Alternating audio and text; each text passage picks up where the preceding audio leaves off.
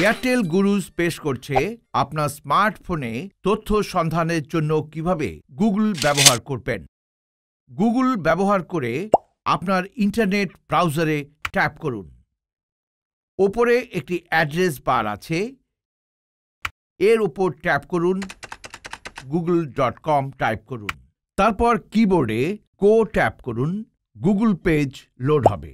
মাঝখানে একটি search bar আছে, আপনি যা সন্ধান করতে চান সেই সংশ্লিষ্ট শব্দ টাইপ করুন। উদাহরণস্বরূপ, দিল্লিতে চীনা রেস্তোরাঁ টাইপ করার সময় ম্যাচিং সার্চ অপশন দেখা যাবে। আপনি এর ওপর ট্যাপ করে যে কোনো একটি পছন্দ করতে পারেন অথবা আপনি আপনার সার্চ টাইপ করতে পারেন। এরপর সার্চে ক্লিক করুন।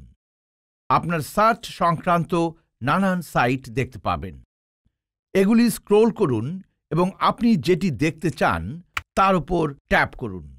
আপনি যে পেজটি দেখতে চেয়েছিলেন আপনার প্রয়োজনীয় তথ্য সহ তা খুলে যাবে।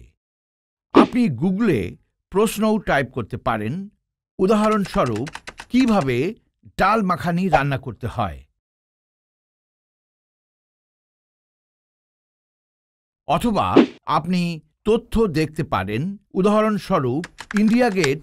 কখনো আপনি একসঙ্গে অনেকগুলি সার্চ রেজাল্ট দেখতে চাইতে পারেন।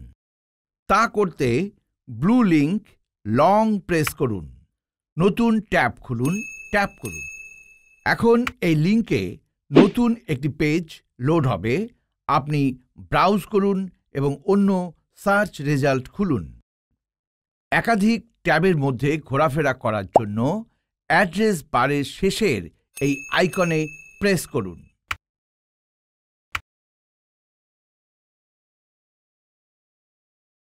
এগুলি হলো গুগল সার্চের বেসিক্স। আপনার স্মার্টফোনে আরও কিছু দেখতে এয়ারটেল গুরুজ দেখতে থাকুন।